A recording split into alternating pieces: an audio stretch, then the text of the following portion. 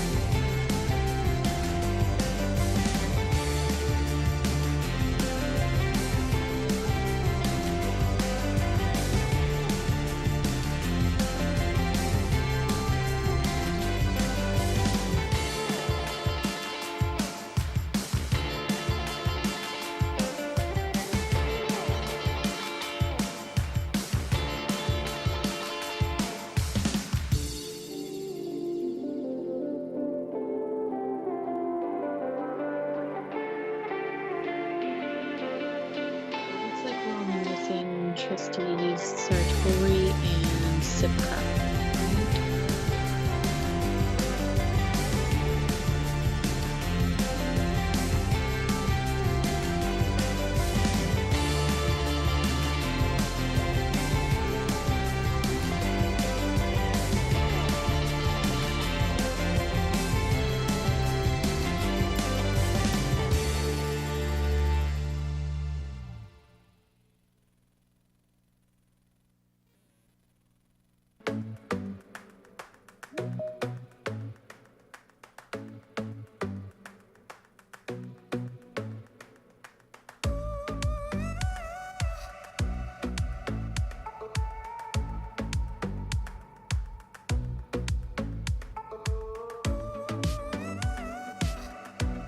Hey everyone.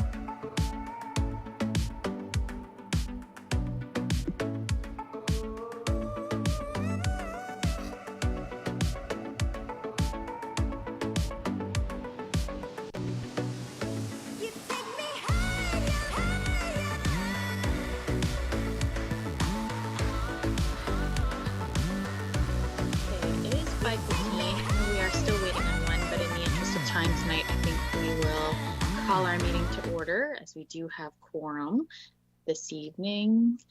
Trustee Hatfield, it's nice to see you. I hardly ever see your camera on. It's wonderful. Good evening. Okay, so I'll call our meeting to order at 5:15.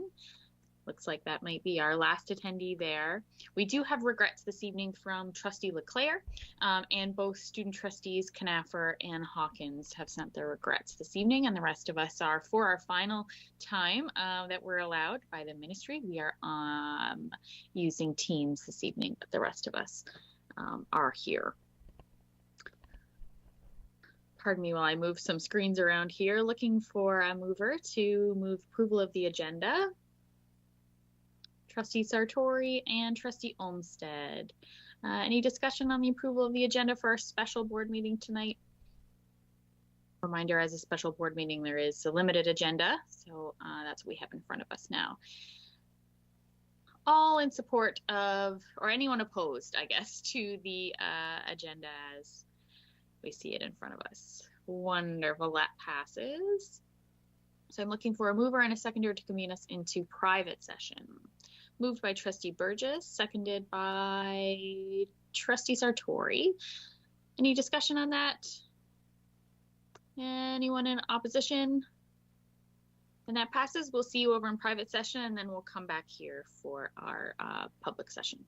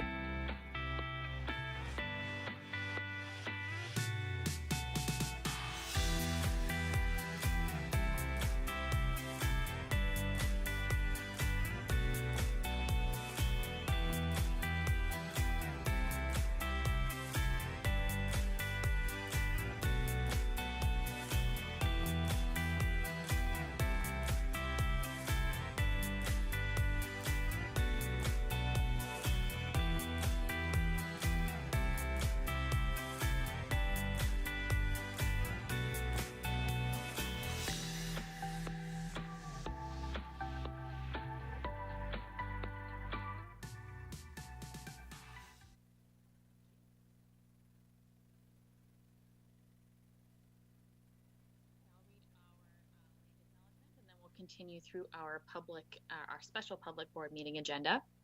We acknowledge that we are on land and surrounded by water, originally inhabited by Indigenous peoples who have traveled this area since time immemorial. This territory is within the lands honored by the Wampum Treaties, agreements between the Anishinaabe, Haudenosaunee, Lenni Lenape, and allied nations to peacefully share and care for the resources around the Great Lakes. Specifically, we would like to acknowledge the presence of the Three Fires Confederacy, Ojibwe, Odawa, and Potawatomi, and Huron-Wendat peoples. We are dedicated to honoring Indigenous history and culture while remaining committed to moving forward respectfully with all First Nations, Inuit, and Métis. Do you have any declarations of conflict of interest for this meeting in here, trustees?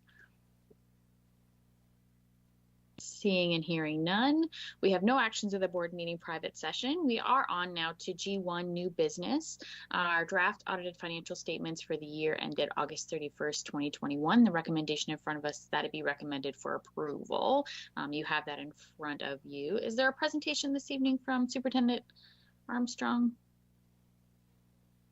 Are we moving that, Trustee Hatfield? Is that why your hand is up? Yes, ma'am. Wonderful. So that's been moved. Do we have a seconder? Trustee Olmsted. Wonderful. So Superintendent Armstrong, if you'd like to, do you have a presentation this evening? I did a really long one for the Wonderful. audience. I'm not sure if you all want to go through that again. Perhaps Trustee Hatfield might be able to comment on that. I'd be happy to do it again if you'd like. But basically, I took the audit committee through the financial statements. We went through all of the variances, significant variances from 2021 to 2022. We reviewed all of the note disclosure changes to those financial statements. And we had a conversation, obviously, along with KPMG's input on their audit findings report. It is an unqualified audit opinion. And there were, like I indicated before, it was a very smooth audit. So I'm happy to take specific questions if you have any. Wonderful. Thank you very much. I'm so grateful to hear it was a smooth audit process, and thank you very much to your team and the audit committee for that, and to our KPMG partners as well. I have questions from Trustee Hatfield and then Trustee Burgess. Go ahead, Trustee Hatfield. Mine was a comment, and I was just going to point out with regard to the variances between the 2 years. Most of it was due to COVID, whether we had online learning or in-class learning. So there were a number of variances because of that between the 2 years. But Superintendent Armstrong did a very good and thorough job of taking us through all of that. And in the notes, there were just one thing I noted was that there will be some new requirements from ministry reporting. There usually is from year to year. And I had asked the question whether or not it would impact the cost of the audit. And there was just one out of the few, maybe half dozen or something, but that might impact the cost. That was a little bit more significant in terms of the workload than the others. But we will hear about that down the road when they have a chance to look at the scope of the audit. And other than that, again, just very pleased that it went so well and the explanations were so straightforward. And I got the general impression from the committee members that they were satisfied with that, with the presentation as well. So again, thank you very much to the staff for all their work with this big project of the audit. Thank you. Thank you very much. Trustee Burgess, go ahead. Thanks, Madam Chair. I have actually quite a few questions about the financial statements. I did attend the audit committee and I made some notes and I heard a lot of my questions answered, but there are still some that I'd just like to understand a bit more if I could.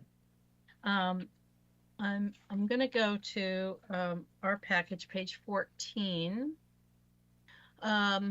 These are the notes on the particular areas, and one is significant accounting policies continued. And I'm going to ask about the some of the actuarial things, and I ask because I don't know how actuaries are handling the global pandemic, the costs of inflation due to supply chain things, predictions of stuff, what is status quo, what we can anticipate, because I think there's some assumptions being made and they look like they're kind of like, well, all things are kind of normal, status quo assumptions. And that's not kind of what I'm hearing in, financial markets, from the Bank of Canada, from, other global predictions. So in number one, talks about, there's FI and, FI, cost of self-insured retirement, etc. And I'm wondering, like all the predictions that we've heard about how things are determined, there is more severity of illness, there is a longer duration of illness, and there's a number of increased early retirements. So do we not factor that in, or do we have to let it happen before it becomes a reality, actuarially?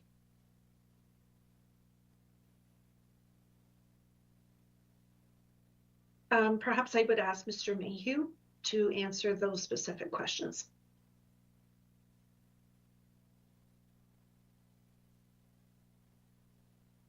Yeah, I can absolutely try to answer those. And Shelley, please help me out if there's anything you want to add. So the School Board Cooperative Inc. performs our evaluation of our employee future benefits, I guess. And what those are comprised of are retirement gratuities and retirement benefits. Those are the big two components there. Those benefits were frozen back in, I believe, I want to say 2013. Correct. So they're not changing, other than the fact that we're applying a new set of assumptions to those liabilities. Of course, the underlying data itself will change as retirees come off the plan or staff retire and receive their gratuities, and that will reduce the liabilities. The School Board Cooperative completes valuations for a significant amount of boards across Ontario. Each board uses those same assumptions. And those assumptions, one thing we have to keep in mind is that these are long-term assumptions. So while we might see market volatility now, and while we see inflation spiking up now, while we see interest rates increasing now, these valuations look at the liability over an extended period of time. So they kind of project out further just than the short term. So I think that's why you might see assumptions being a little lower than what you're hearing about in the news or the media with respect to inflation or discount rates. So I can say that the auditors did evaluate those assumptions that were used. They had calls with their auditing firm to talk about that approach. They were satisfied with the assumptions. I believe too the assumptions to be conservative rather in nature. That said, the assumptions do result in a significant actuarial gain that we've provided for in our financial statements. I believe the actuarial gain just on the interest rate impact is about $9.1 million in our financial statements, which is very significant. So if those rates had been increased more or been more significant, you would have had a very significant financial impact, which is also taken into consideration. And Shelley, Superintendent Armstrong, if you have something else to add. Bill, thank you. That was a great answer. Thank you. So supplemental, so that I understand, because I think I heard it correctly. And I'm looking at in our package 25 as well, because one of my other questions was how many pre-2013 retirees are there left? And they would be, just by definition, a little older, more vulnerable, etc. Because my question is around, I understand that I think the third paragraph there in note 1F1,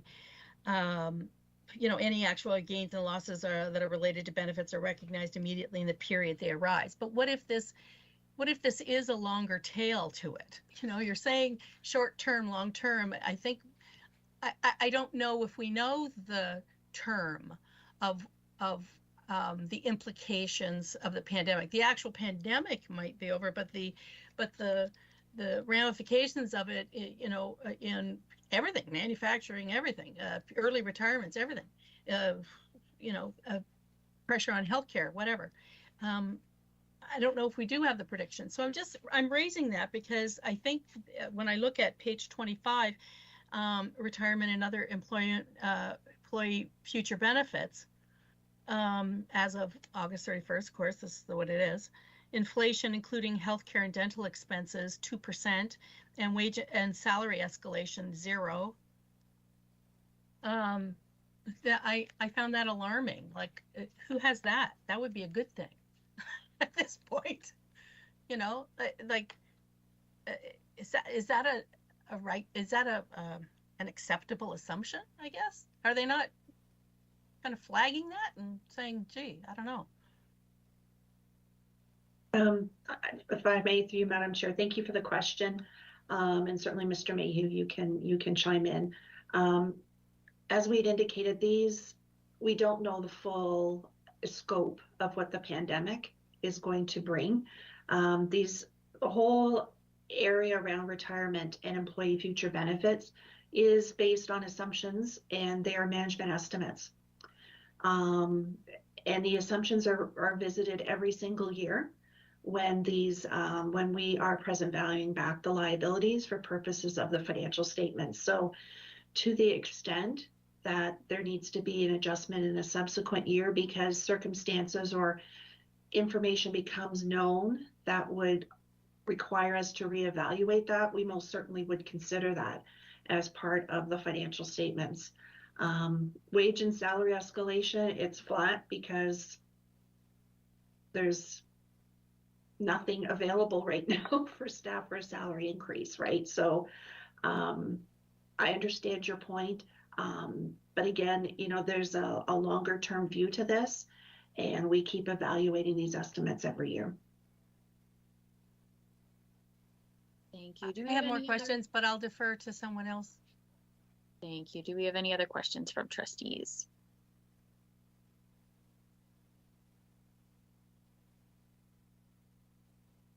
Trustee Burgess, is it on this or is it on the annual report?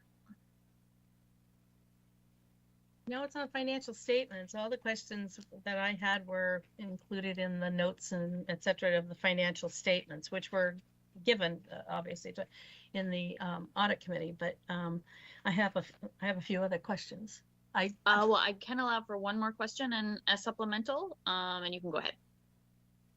These are questions of clarification, and Madam Chair, people were in Directors Council today, and I couldn't get to anybody to answer questions. So I think it's relevant that I ask. I understand, Trustee Burgess. We still have our procedural bylaws to follow as well. Okay, so I'll just note that I'm not happy with not having my questions answered, and that other people could have answered them if I would have fed them the questions. Okay, so I just wanted for clarification on the accounts receivable and assets held for sale, and to make sure that I understand what I'm reading here. I see it on page 18, and got my question. I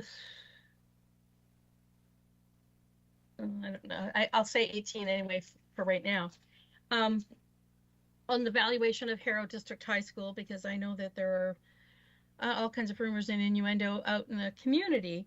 And I want to understand what the difference of it, the carrying value of it, and what the proceeds were. My understanding is because a new evaluation, a new independent appraisal came in, and that was the amount we received. So the actual amount of revenue that we got was higher than originally, appraised.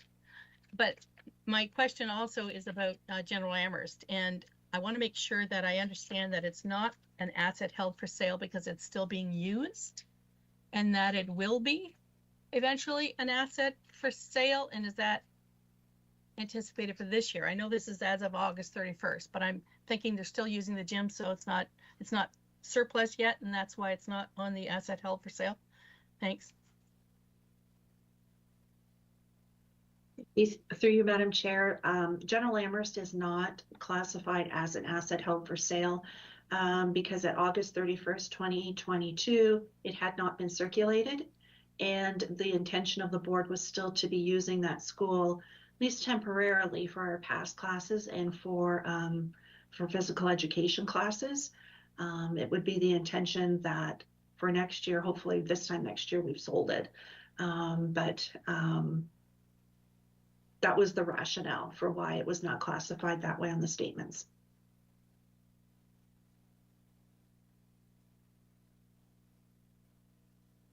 And the part of the question about Harrow, did I have that right?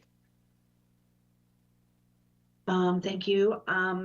So I'm not sure if I'm going to try and answer. I'm not sure if I heard the whole question. So with Harrow District High School, once we become aware that there's an impairment in the carrying value of the asset, which in this case, what we had recorded as its net book value, which is its construction costs less all the amortization we recorded to date versus the appraised value, we had to write that down, and that's what its net realizable value is.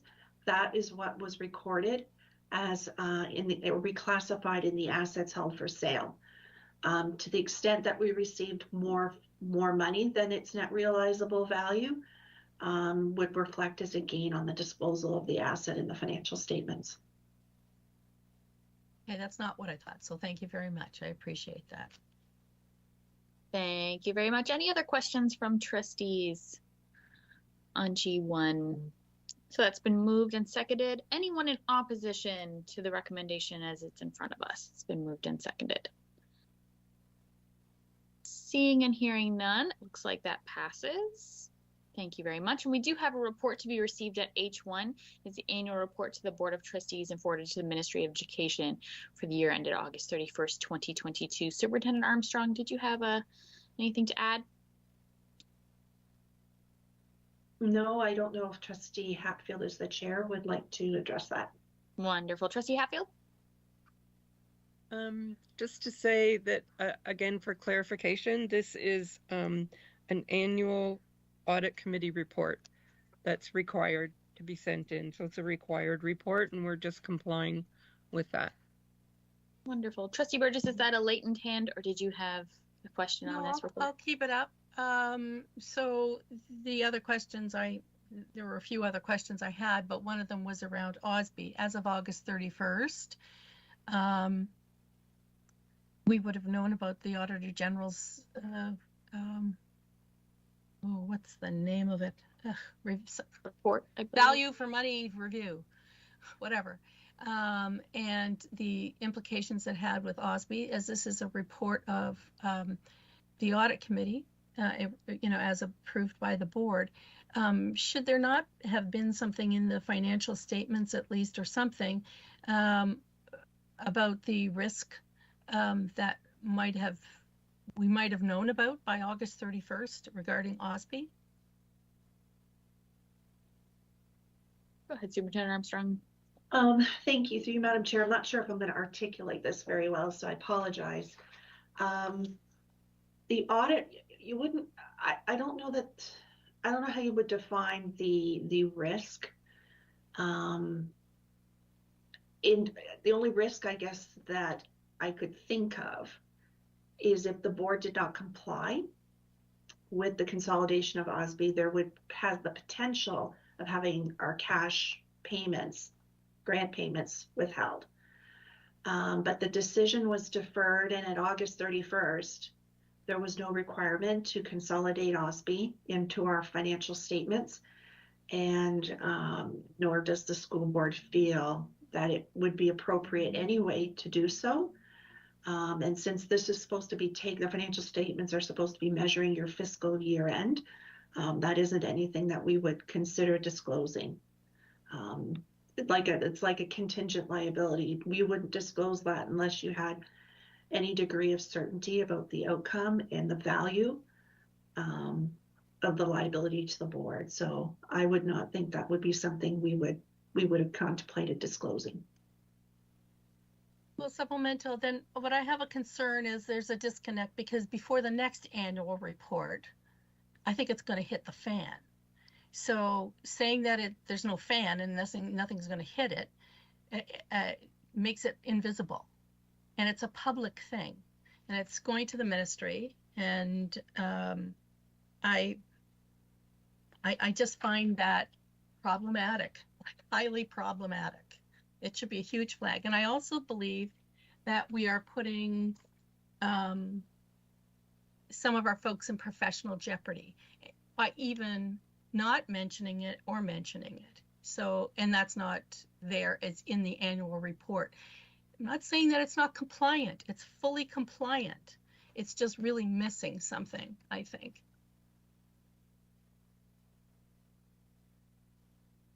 Is that a question or just your? That's adding my that? opinion of the final report, with it being silent on something that I believe is a professional risk should the advocacy not happen between this fiscal year end and next March, when a compliance of a very heavy thing for our department and our board has a deadline. Absolutely. Trustee Hatfield. So I guess I would comment that so this report that we're sending to the ministry is a required report, so we are in compliance with what we're required to do. And I think I reported at the previous maybe board meeting, I think, was that the audit committee gave some consideration to discussing the OSB situation, and that it was decided that since we were so near the end of the term and that there would be for sure new people coming onto the audit committee, that it was going to be, that discussion was going to be put aside until after November 15th. So it certainly I don't think is being forgotten about at all. It's just a matter of timing, and that at this point, the committee is not prepared to comment in this particular report, but rather to just stick to the compliance requirements. Thank you. I don't know if that helps, but. From an audit committee standpoint, certainly. Thank you. Mm-hmm. Any other questions from trustees on this report?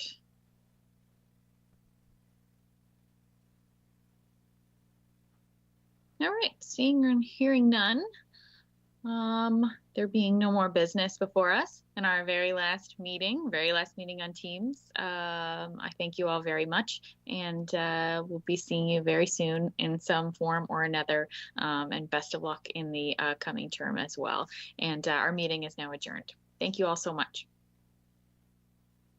Good night, everyone. Good night. Good night.